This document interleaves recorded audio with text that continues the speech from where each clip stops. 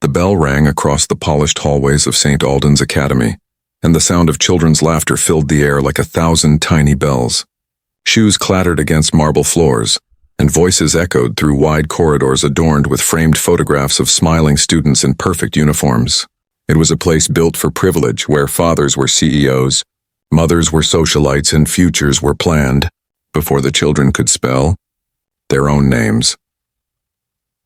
In the middle of this carefully ordered world walked a small boy with brown hair parted neatly to the side, and a name that carried more weight than his tiny shoulders could bear. Andrew Hayes, the son of the city's wealthiest man. He was only 6 years old, yet even the teachers spoke to him with a careful politeness as if addressing someone far older. The other children didn't tease him or push him. They simply didn't touch him at all. Andrew's shoes gleamed as though they'd never met a speck of dirt. His uniform looked new every morning. His lunchbox was not a cartoon-covered tin like the others, but a sleek silver case engraved with his initials. From the outside, he was the picture of perfection, but inside he carried a silence that no one else could hear. When he entered his classroom, conversation slowed. The loudest children lowered their voices, glancing his way, then turning back to their friends as though his presence required a kind of restraint. At recess, he often stood by the swings or near the painted hopscotch grid, watching others laugh, chase, and tumble in clouds of dust. Once or twice, someone had approached him out of curiosity, but their courage dissolved the moment another child whispered, "That's the rich boy." He never understood why the word sounded more like a warning than a fact. Every day at lunch, Andrew sat alone at the far end of the long cafeteria table. The room was bright and full of movement, spoons clinking against trays, juice boxes hissing open, the smell of soup and bread drifting between the rows of children. He would open his lunchbox and find a neatly wrapped sandwich, cut into perfect triangles, an apple polished until it shone, and a small dessert wrapped in gold foil. It all looked beautiful, but none of it ever tasted like anything. He would stare at the sandwich, take a single bite, and then place it back, his appetite lost before it began. Around him, laughter rose and fell like waves. Inside jokes, stories about cartoons, small quarrels that ended in giggles. Sometimes he caught snippets of their conversations and wished he could join in. But every time he opened his mouth to speak, the words got stuck somewhere between his heart and his throat. Andrew wasn't unhappy because the others were cruel. No one ever said a bad word to his face. His unhappiness came from the quiet, the kind that stretches through the day like a shadow. He was the boy everyone noticed but no one saw. At home, the silence followed him too. His father, Richard Hayes, was often away. Meetings, flights, and business dinners filled his calendar more than family did. His mother was a figure glimpsed more often in photographs than in person. Always poised, always beautiful, always distant. There were nannies and tutors and a house so large that Andrew could walk through 10 rooms without hearing another voice. Sometimes, late at night, he would stand by his bedroom window and look out at the city below. Its glowing lights like stars fallen to earth. He would wonder what it felt like to have someone call your name in excitement, to have a friend who noticed when you didn't smile. At school, he tried to act as though he didn't mind the empty seat beside him. He learned to keep his back straight and his expression calm, as though solitude were a choice. But inside him, a quiet ache grew heavier each day, pressing against his small chest until it became a kind of invisible weight. And so, while other children carried pencils and books in their backpacks, Andrew carried something far more fragile, the hope that one day someone might sit beside him. Someone who wouldn't care about the name Hayes or the house he lived in, or the expensive food he didn't eat. Someone who would simply see him. He didn't know that this wish, the quietest one he'd ever had, was already beginning to move toward him, carried not by wealth or luck, but by a small girl with messy braids and a single piece of bread wrapped in a napkin. The morning light spilled unevenly through the cracked window of a small, faded house at the edge of the city. Dust motes floated in the air, glimmering briefly each time a shaft of sun found them. The kitchen smelled faintly of soap and warm bread, not the kind that came from glossy bakery boxes, but the kind made from old flour and patience. A woman stood by the counter, her hands rough, her back slightly bent, humming a tune that was soft but tired. On the worn wooden table sat a little girl, her legs swinging just above the floor. Her dress, once white, had dulled to the color of washed-out cream. The hem was torn, and the lace around the collar had long since unraveled. But she wore it with quiet pride. She was brushing her hair, tugging the stubborn tangles with small, determined hands. Her name was Lily Morgan. She was 6, but her eyes, bright, wide, and blue like a sky after rain, carried something that didn't belong to a child, understanding. "Eat a little before you go," her mother said, turning from the stove. She placed a small piece of bread on a napkin and folded it carefully, as though she were wrapping something precious. It wasn't much. It never was. Lily nodded, sliding off the chair. "It's okay, Mama," she said with a smile too big for her size. "It's enough." Her mother sighed, that deep, weary sigh of someone who has learned to swallow guilt, and tucked a loose braid behind Lily's ear. "You're a good girl," she whispered. Outside, the city was already awake, humming with cars, horns, and voices that belonged to people rushing to lives far bigger than theirs. Lily walked to school with her bread tucked safely in the napkin, held close like treasure. The pavement was cracked beneath her shoes one size too small, their soles thinning to the shape of her feet. When she reached the towering gates of St. Alden's Academy, she paused. Every day she felt the same strange twist in her stomach, a mix of awe and discomfort. The building looked like a castle, tall columns, wide steps, and windows that gleamed in the morning light. Children spilled through the gates laughing, their uniforms perfectly pressed, their hair combed smooth. Their parents dropped them off in sleek cars, their chauffeurs waiting with polished patience. Lily walked through alone. She could feel the difference immediately. Her dress didn't fit the picture. Her bag, a hand-me-down from her cousin, looked faded beside the others, which bore designer logos she couldn't pronounce. The whispers followed her like shadows. "Why does she go here?" "Her mom cleans houses," my nanny said. "She only brings bread for lunch." Lily had learned not to flinch. She simply walked faster, her head held high. Her mother always said, "Dignity doesn't cost a thing. It's the one thing we can always afford." That day, however, as she entered the cafeteria, something made her pause. The smell of food was everywhere: soup, sandwiches, fruit cups, and milk cartons. But her eyes were drawn to the far end of the room, to a boy sitting completely still. He was easy to spot, not because of his fine clothes or the pristine shine of his lunchbox, but because of the space around him, a silence shaped like a bubble that no one dared to cross. Children moved past him without looking. Even the noise seemed to soften when it reached his table. Lily watched him for a long moment, her small fingers clutching the napkin that held her bread. His posture was straight, his expression calm, but his eyes, those clear blue eyes, looked like they were waiting for something that never came. He picked up a sandwich, stared at it for a few seconds, then put it down again. She didn't know his name then. She didn't know that he was the son of one of the richest men in the city. All she saw was a boy sitting alone while everyone else had someone to talk to. She turned toward her usual corner, the one she shared with 2 other girls who mostly ignored her, but her feet stopped. Something inside her, something small and stubborn, refused to move. She looked again at the lonely boy. His small fingers were tracing the edge of the table.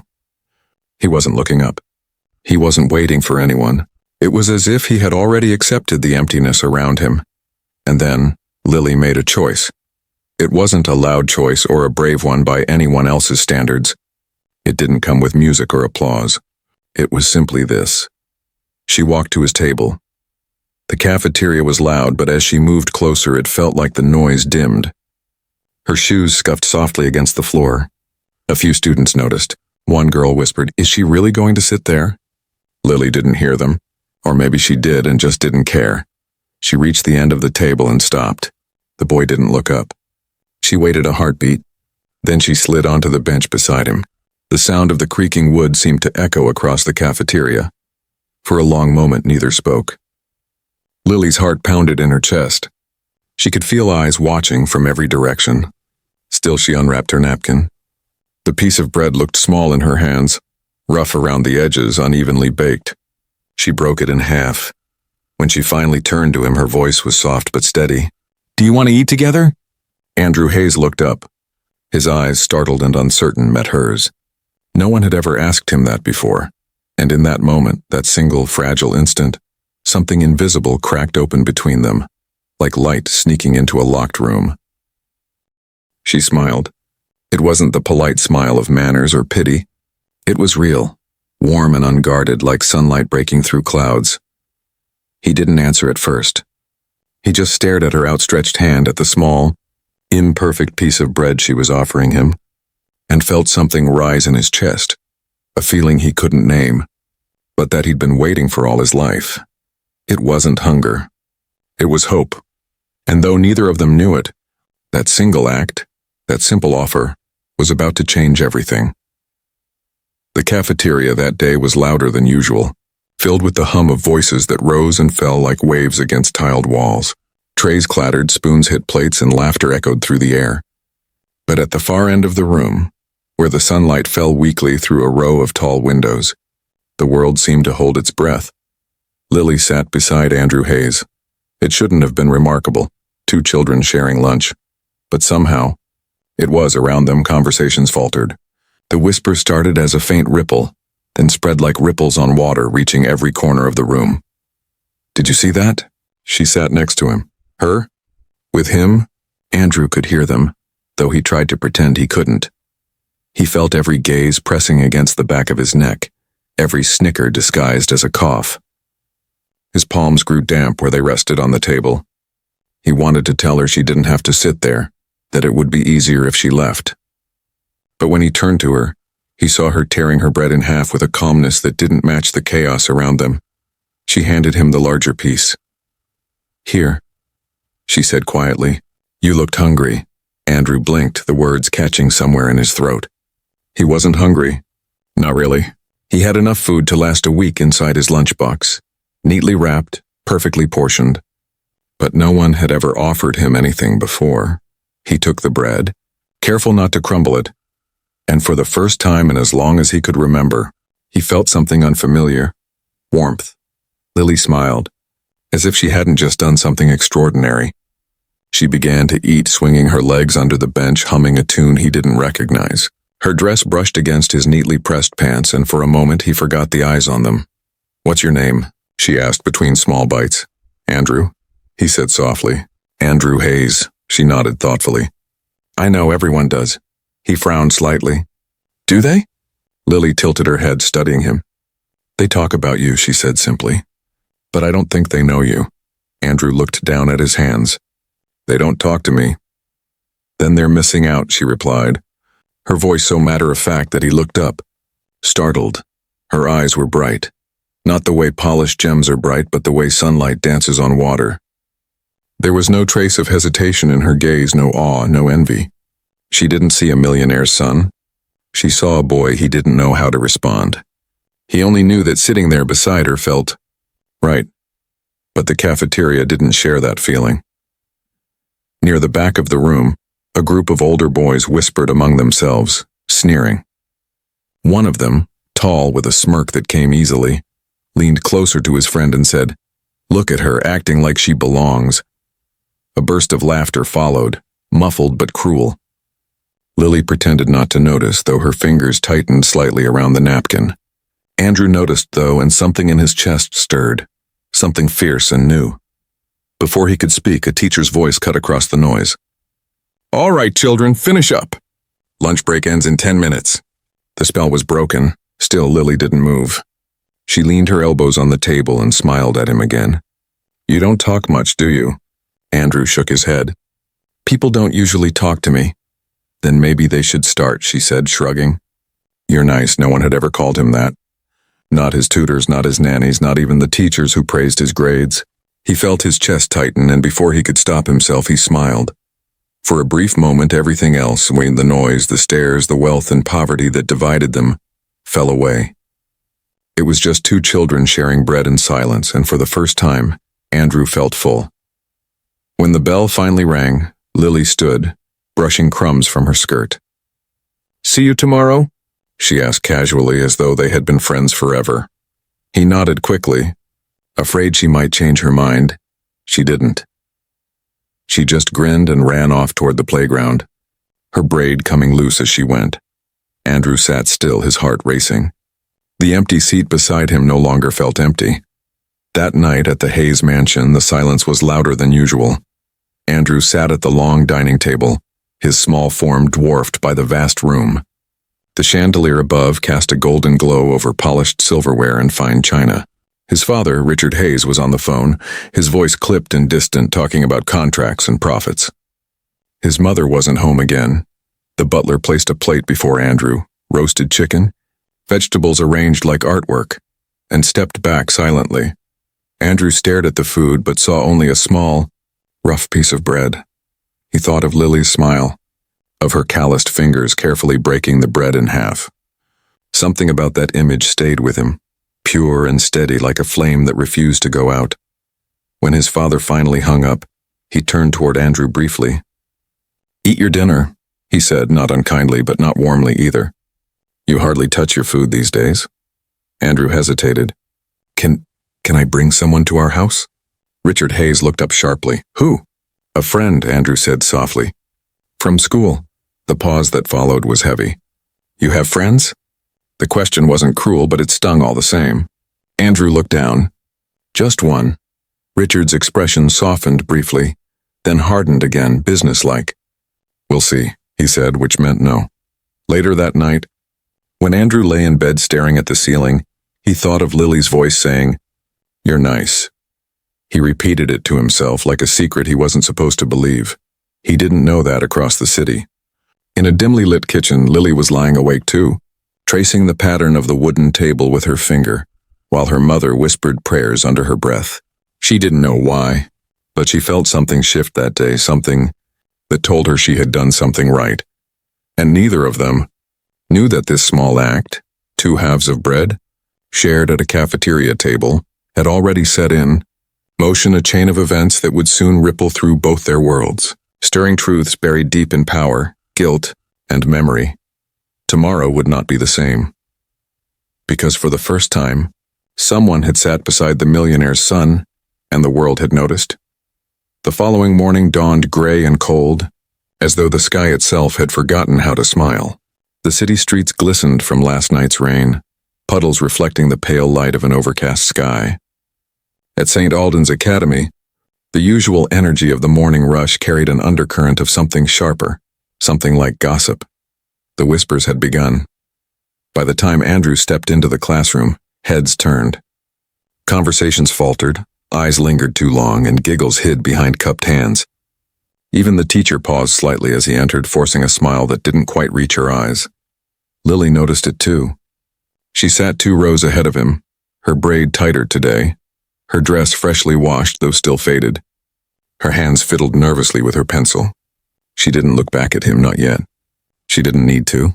The air told her everything. At recess, when the bell rang and the children poured out into the playground, the storm broke. "Hey, bread girl," a voice shouted. Lily froze. A group of boys stood near the swings, smirking.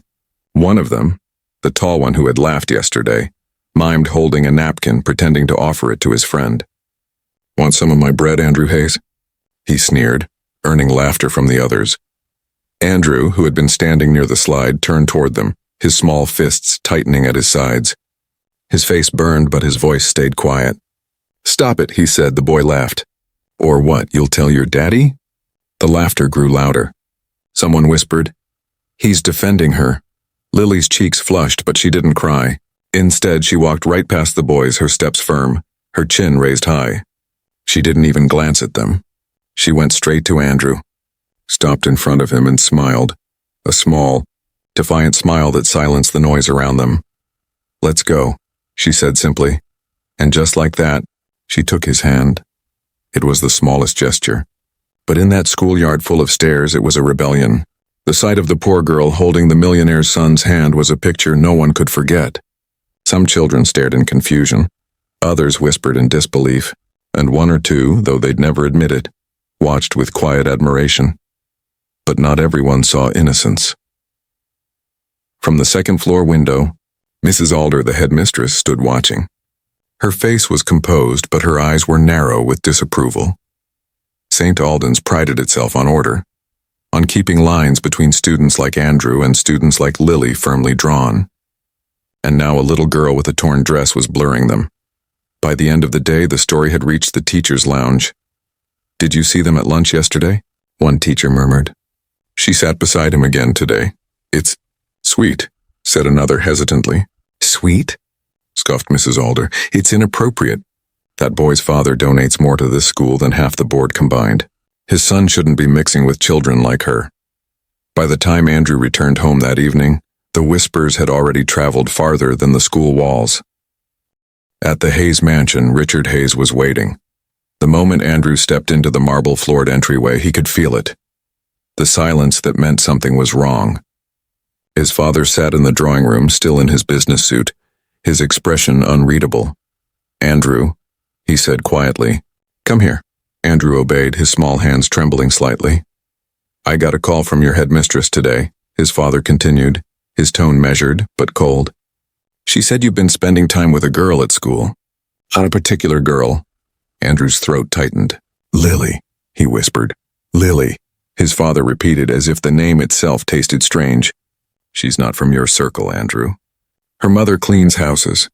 Do you understand what that means?" Andrew looked up, eyes wide with confusion and hurt. "She's my friend," his father sighed, rubbing his temples. "Friendship isn't that simple. People will talk. And when they talk about us, our family, our name." The boy stood very still, his small face pale in the fading light. "She's kind," he said softly. "She gave me her bread." Richard's expression faltered for the briefest moment. He opened his mouth, then closed it again. There was something almost pained in his eyes, something he quickly buried beneath his usual mask of composure. "Enough," he said finally. "You'll sit with someone else tomorrow." Andrew didn't answer. He turned away, his heart pounding so hard it hurt. He went upstairs without another word, the echo of his father's voice chasing him up the steps. Across the city, Lily's evening was no easier. Her mother sat at the kitchen table, folding laundry when the phone rang, a rare occurrence in their home. She picked it up, listened for a moment, and her expression hardened. When she hung up, she turned to Lily. "Did you sit with Andrew Hayes again today?" Lily hesitated, then nodded. He was alone. Her mother sighed, pressing a hand to her forehead. "Lily, you can't do that, sweetheart." His father. "People like them don't want people like us near them. You'll only get hurt." "But he's my friend," Lily protested. "He doesn't have anyone." Her mother looked at her for a long moment, then knelt beside her, placing both hands on her daughter's small shoulders. Her voice trembled. "I know, my love. But kindness isn't always enough to protect you. The world doesn't see hearts, and it sees names." Lily didn't understand, not yet. She only knew that walking away from Andrew would feel wrong. That night, while her mother slept, she took the small napkin she always used to wrap her bread and folded it neatly beneath her pillow. It wasn't much, just a piece of cloth, but to her it meant something. A promise. The next day dawned brighter, but the tension at St. Alden's hung heavier than ever. When Andrew entered the cafeteria, his heart sank. The table where he had shared bread with Lily was empty. She wasn't there. He looked around, scanning the room. His classmates were already whispering again, some glancing at him and then turning away quickly. Then, just when he thought she wouldn't come, she appeared at the door. Her hair was loose, her expression steady. She walked straight past the staring faces and toward him. Every eye followed her. Andrew's pulse raced. He wanted to warn her, to tell her that everyone was watching. But before he could speak, she sat down beside him just as she had before, and unwrapped her napkin. "I said we'd eat together," she whispered, smiling. And in that moment, it didn't matter who was watching. Because in a room full of judgment, two children chose courage outside. A storm was gathering, and unseen but certain. The whispers would grow louder. The adults would intervene. And before long, this fragile friendship would be tested in ways neither could yet imagine. But for now, with bread between them and sunlight falling across the table, the world felt small and perfect, for just a heartbeat, before the storm broke. Rain fell that morning like a secret no one wanted to tell. It streaked down the classroom windows in trembling lines, blurring the playground outside into a smear of gray. The sky was heavy, the air cold, and the children huddled close inside, their voices softer than usual. It was a day that felt wrong somehow, like the world was holding its breath. By lunchtime, the storm had grown worse. The cafeteria lights flickered against the gloom, casting long reflections on the floor. Water dripped from coats and umbrellas as students rushed in from the rain, shaking off droplets and crowding around the tables. But even among all that noise, one table remained quiet, the one by the windows where Andrew Hayes always sat. He sat alone again. His usual calm expression was gone. Now there was something uncertain in his eyes, something like waiting. Lily hadn't come yet. The whispers had been cruel that morning. Rumors had slithered through the hallways faster than the rain on glass, and that Lily was trying to make him like her, that she only wanted to befriend the millionaire's son to get rich someday. Words, spoken by children who didn't understand the damage they could do, but carried the poison of the adults they overheard at home. Andrew had heard every word. He'd clenched his fists beneath the desk, not out of anger, but helplessness. The world had started turning against Lily, the one person who had ever seen him as just a boy. Now, sitting in the cafeteria, his sandwich untouched, his polished shoes reflecting the dull light, he wondered if she'd believe them, if she'd still come. Minutes passed. The chatter swelled. The clock ticked louder than it should have. Then, through the blur of raindrops sliding down the tall cafeteria windows, he saw her. Lily was running across the courtyard, her small figure battling the downpour. Her hair was soaked, her white dress clinging to her knees, and in her hand, and unbelievably young, she still clutched her napkin, shielding the piece of bread inside from the rain as best she could. She burst through the cafeteria doors, dripping, breathless, her cheeks flushed pink with cold. For a moment the room froze, every head turned, every whisper died. Andrew rose slightly, his heart pounding. Lily looked around the room once, then found him. The fear in her eyes melted away the moment she saw him, replaced by that same quiet certainty that had changed his life the first time she smiled at him. Ignoring the stares, she walked across the cafeteria. Her shoes squeaked against the wet floor. Her braid hung loose, water dripping down her shoulders. She stopped at his table, and then she sat beside him, the same seat, the same place, as though nothing in the world could have stopped her. A ripple of gasps swept through the room. One of the older boys snickered. "Look, the charity case came back," another muttered. "She's so desperate." "It's pathetic." Lily didn't react. She carefully unwrapped the napkin and placed the bread on the table between them. Her hands trembled slightly, but her voice was steady when she said, "I told you we'd eat together." Andrew looked at her, really looked at her, and felt something swell inside him, a warmth that fought against the coldness of the room. He could feel dozens of eyes watching, but they didn't matter anymore. He reached into his silver lunchbox and took out his sandwich. It was perfect as always. 2 neat triangles of bread, the crusts removed, wrapped tightly in plastic. Without a word, he unwrapped it, broke it in half, and pushed one piece toward her. "Now we're even," he whispered. The cafeteria went silent. You could hear the rain hammering against the windows, the hum of the air vent, the clink of a dropped spoon. Every child watched, unable to look away, the rich boy sharing his lunch with the poor girl. For a long, fragile moment, no one spoke. Then someone laughed. Sharp, cruel, nervous. A boy at the next table whispered something to his friend, and a ripple of mockery spread like a shiver. Soon the whispers became murmurs, and then came the sound of authority, heels clicking against tile. Mrs. Alder, the headmistress. Her tall figure appeared at the cafeteria entrance, her sharp eyes sweeping over the children until they landed on the pair by the window. The whispers died instantly. "Andrew Hayes," she called, her voice cold and echoing. "Lily Morgan." The 2 children froze. "Come with me. Now." The office was large and dimly lit, with books lining the walls and the rain tapping softly against the tall windows. Mrs. Alder stood behind her desk, her expression carved from stone. Andrew stood to the left, his uniform spotless despite his trembling hands. Lily stood beside him, dripping rainwater onto the carpet. "Do you 2 understand," Mrs. Alder began, "how inappropriate your behavior has been?" Andrew blinked. "We were just eating," he said quietly. Her lips tightened. "You caused a disruption. This school maintains standards, Andrew, ones your father expects us to uphold. And as for you, Lily," she paused, her tone dropping, "you've been warned before about boundaries. It's not your place to—" "That's enough," Andrew interrupted. The word stunned even him. His voice had never sounded that loud before. "She didn't do anything wrong." Mrs. Alder's eyes widened slightly. "Excuse me?" He stepped forward, trembling but resolute. "She's the only one who talks to me. The only one who's kind. And you're mad because she's poor?" His voice broke.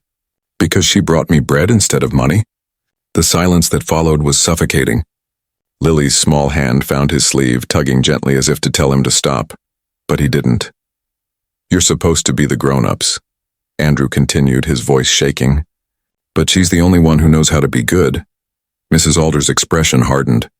"That's quite enough, young man." But it wasn't, because just then the door opened. Standing there, tall and silent in his dark suit, was Richard Hayes. The headmistress straightened instantly. "Mr. Hayes," he raised a hand to stop her.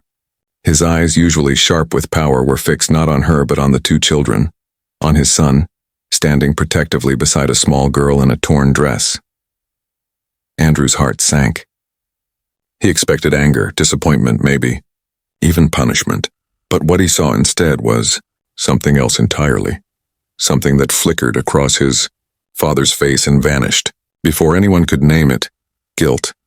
That night, the storm outside didn't stop. The city lights blurred through the rain, and inside the Hayes mansion, silence reigned again. But for the first time, that silence didn't belong to loneliness, and it belonged to change. Andrew lay awake, clutching the folded napkin Lily had given him. It still smelled faintly of bread and rain. He didn't know that, in a small house across the city, Lily was lying awake too, her mother gently brushing her wet hair dry and whispering, "You did nothing wrong, my love." Neither knew it yet. But something had shifted, not just in the school or in them, but in the hearts of those who had watched that moment unfold. Because sometimes courage doesn't roar. Sometimes it sits quietly at a cafeteria table, sharing bread while the world watches and trembles. The rain had stopped, but the world hadn't noticed yet. Clouds still hung low, swollen and gray, and the city's tall glass buildings shimmered with the wet sheen of the storm. Inside one of those towers, the tallest one downtown, a man stood by the window of his office, his reflection staring back at him like a ghost. Richard Hayes looked nothing like the man who used to fix fences and carry steel beams before he became one of the richest men in the city. His suit was tailored, his hair immaculate, his voice measured and commanding. But behind that perfection lay something fractured, something that trembled whenever silence fell too long. The events of that afternoon replayed in his mind like a film he couldn't turn off. His son's voice echoing in the headmistress's office, shaking but defiant. "She's the only one who knows how to be good." And that girl, that small, rain-soaked child with eyes like a reflection of his own guilt. He hadn't spoken much after that. He'd merely told Mrs. Alder the conversation was over and walked out, his hand resting protectively on Andrew's shoulder, a gesture that surprised even himself. But now, alone in his office, he felt the tremor of something he hadn't felt in years. Unease, not from scandal or business risk, but from something far older, the past. A soft knock broke through his thoughts. His secretary entered quietly, carrying a folder. "Mr. Hayes, these are the financial reports for the quarter." He turned, his voice low. "Leave them." She hesitated, then nodded and left. When the door closed, he walked to his desk and sat down slowly, opening the folder. But the papers blurred before his eyes. Instead, his mind drifted back to a day long before wealth, before power, before glass offices and drivers in luxury. A day when he'd been young, poor, desperate, and alive in a way he no longer was. He was 20 then, working construction on a project that would one day become his first company's flagship building. The site was chaos, dust, noise, shouting, metal clanging. He remembered the heat of that summer, the smell of concrete and sweat. And he remembered John Morgan, a strong man, older than him, with hands that looked carved from labor. Always smiling, always singing to himself while he worked. John had been kind to him, offered him food on the days Richard couldn't afford lunch. They'd shared stale bread and cheap coffee and dreams neither of them thought would come true. Then came the accident. A scaffolding collapsed. Richard had been standing beneath it when it gave way, a roar of steel and dust swallowing the world. But he hadn't died. John had pushed him out of the way. Richard remembered the sound, The sickening crack, the scream that followed, and the weight of John's body as it fell beside him. He'd lived. John hadn't. That night he'd gone to the hospital still in shock, but by the time he arrived, John was already gone. A nurse had told him quietly, he left behind a wife and a baby girl, Lily. Richard had tried to help at first. He'd sent money anonymously through a foundation. But guilt has a strange way of corroding good intentions. The more he grew, the more successful he became, the more he wanted to forget the man whose death had built his survival. He never visited them, never spoke their names, and now, 2 decades later, his son was sitting beside that man's daughter. The realization hit him with such force that he gripped the edge of the desk until his knuckles went white. Lily Morgan, of course. He had seen that name before, years ago, buried in the charity records his accountants had handled. He had ignored it, too, afraid of what it might awaken. He closed his eyes. The sound of the rain returned in his mind, the scaffold collapsing, John's last words echoing, "Go, kid, move." And then the silence after. He rose suddenly, pacing the room. The air felt too thin. For years he had believed that he could buy peace with wealth, with power, with distance. But fate had a way of finding its way back through the cracks, and this time it had come in the form of 2 children sharing bread. That night, Richard drove home himself. No chauffeur, no phone calls. The streets gleamed wet under the streetlights. His reflection followed him in every dark window, a shadow he could no longer outrun. When he reached the mansion, the lights were low. He found Andrew asleep on the couch in his study, a small napkin folded beside him. Richard picked it up carefully. The fabric was worn, stained faintly with breadcrumbs. He sat beside his son and stared at him, really stared. The small, tired face, the gentle hands, the innocence he'd nearly crushed under the weight of his own name. For the first time in years, he whispered his own confession aloud. "I forgot what it means to be human." He reached out and brushed a stray lock of hair from Andrew's forehead. The boy stirred slightly but didn't wake. Richard leaned back in the chair, the napkin still in his hand. His mind was alive now, racing with questions, regret, and something deeper. He knew what he had to do. Tomorrow he would find Lily Morgan's mother. Tomorrow he would face the ghost he had buried 2 decades ago. But the world, as always, had plans of its own. The next morning, before Richard could act, a headline appeared online. A photograph from the cafeteria, grainy, taken by a student, showing the millionaire's son sharing lunch with a poor girl in a torn dress. The caption read, "Hayes heir befriends housekeeper's daughter. Scandal at St. Alden's." By noon, it had spread everywhere, Andrew's name, Lily's face, and Richard's reputation, suddenly human, suddenly vulnerable, hanging in the public square. Calls poured in. His PR team panicked. The school board demanded explanations, but Richard didn't care. He sat in his office staring at the photo on his screen. Andrew and Lily, both smiling. 2 children who understood something he'd spent a lifetime forgetting. And in that image, he saw the shadow of John Morgan, the man who had died saving him, smiling through his daughter's eyes. He whispered her name. Lily Morgan. And for the first time, Richard Hayes, the untouchable billionaire, felt the one thing his money could never buy: redemption, trembling at the edge of grief. The secret and the bread. The storm had passed, but its silence remained. The streets were still slick with rain, and puddles glimmered like glass under the morning sun. The city was quieter than usual, as if something in its rhythm had been broken overnight. At the gates of St. Alden's Academy, reporters gathered like crows. Cameras flashed, voices shouted questions that no one answered. Is it true the Hayes boy is involved? Who is the girl? Did the Hayes family pay her? Inside the school, Andrew sat in the headmistress's office once again, this time alone. His small hands were folded on his lap, his uniform wrinkled from a sleepless night.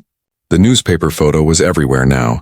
2 children sharing bread, one in a pressed blue shirt, the other in a torn white dress. The world had turned a simple act of kindness into a spectacle. Lily hadn't come to school that morning. Her seat in class sat empty, her name uncalled. Andrew's chest ached. He felt the same suffocating loneliness he'd known before she came into his life, but now it hurt worse. because now he knew what friendship felt like. At that same moment across the city, Richard Hayes stood on the doorstep of a small, peeling yellow house at the end of Maple Street. His car, sleek, black and far too clean for the neighborhood, was parked under a flickering streetlight. He hesitated before knocking. The sound echoed through the tiny home. The door opened slowly. A woman stood there, thin, pale, her eyes tired but alert. She looked at him for a long time before she spoke. "Can I help you, Mrs. Morgan?" he asked softly. She stiffened. "Yes." He removed his hat, lowering his gaze. "My name is Richard Hayes." The air seemed to drain from the space between them. Her voice was quiet, almost trembling. "I know who you are." He nodded, unsure where to begin. Words, the one thing he always commanded, failed him now. "May I, come in?" She hesitated, her eyes wary, then finally stepped aside. The house was modest, clean, warm, filled with traces of a life built from struggle and endurance. A faded photo sat on the mantel, a man with kind eyes holding a baby in his arms. John Morgan. Richard's breath caught. "He was my husband," she said, following his gaze. "Died on a construction site. The company called it an accident." He closed his eyes for a moment. "It wasn't just an accident," he whispered. Her expression hardened. "What do you mean?" Richard turned toward her, his voice shaking. "I was there. I was the man he saved." Silence. The clock on the wall ticked once, twice, then stopped, as though even time refused to intrude. "I tried to come here," Richard continued, his words tumbling now like stones down a hill, "after it happened. But I was young, cowardly. I didn't know how to face you, so I ran from it. I built everything I have on his sacrifice." Mrs. Morgan said nothing. Her eyes filled not with tears but with something heavier, disbelief mixed with the sharp edge of truth. Finally she whispered, "And now?" He looked at her helplessly. "Now, my son has found your daughter. The one person I owed the most in this world, and I never knew it was her." The words hung there, trembling in the air. Outside, wind moved through the trees, brushing against the windows like whispers of ghosts. Mrs. Morgan sank slowly into a chair. Her voice was hollow. "I worked in your world for years, Mr. Hayes. Cleaning homes I could never afford, watching children who had everything mine never would. And now you tell me it was your shadow standing over us all along?" Richard swallowed hard. "I can't undo the past, but I can make it right. For Lily, for you, for John." At that, something broke in her composure. She pressed a hand to her mouth, turning away as a single tear escaped down her cheek. "She doesn't know," she whispered. "She doesn't know who you are." Richard's eyes softened. "Maybe that's why she's the only one who treated my son like a person, not a name." Later that afternoon, Richard drove back to the school. The reporters were gone now, replaced by a strange calm. He walked through the courtyard, the same one where he'd once attended meetings and ceremonies, and found Andrew sitting under a tree, staring at the damp ground. "Dad?" Andrew said quietly. His voice was tired, older than his years. "Everyone hates us now." Richard knelt beside him. "No," he said gently. "They don't hate you. They just don't understand you yet." Andrew's eyes lifted to his father's. "I didn't do anything wrong." "No," Richard said, his voice breaking. "You did something very right." He reached into his coat pocket and pulled out something folded and familiar, the napkin. The same one Lily had used to wrap her bread. "She taught me something too," Richard said.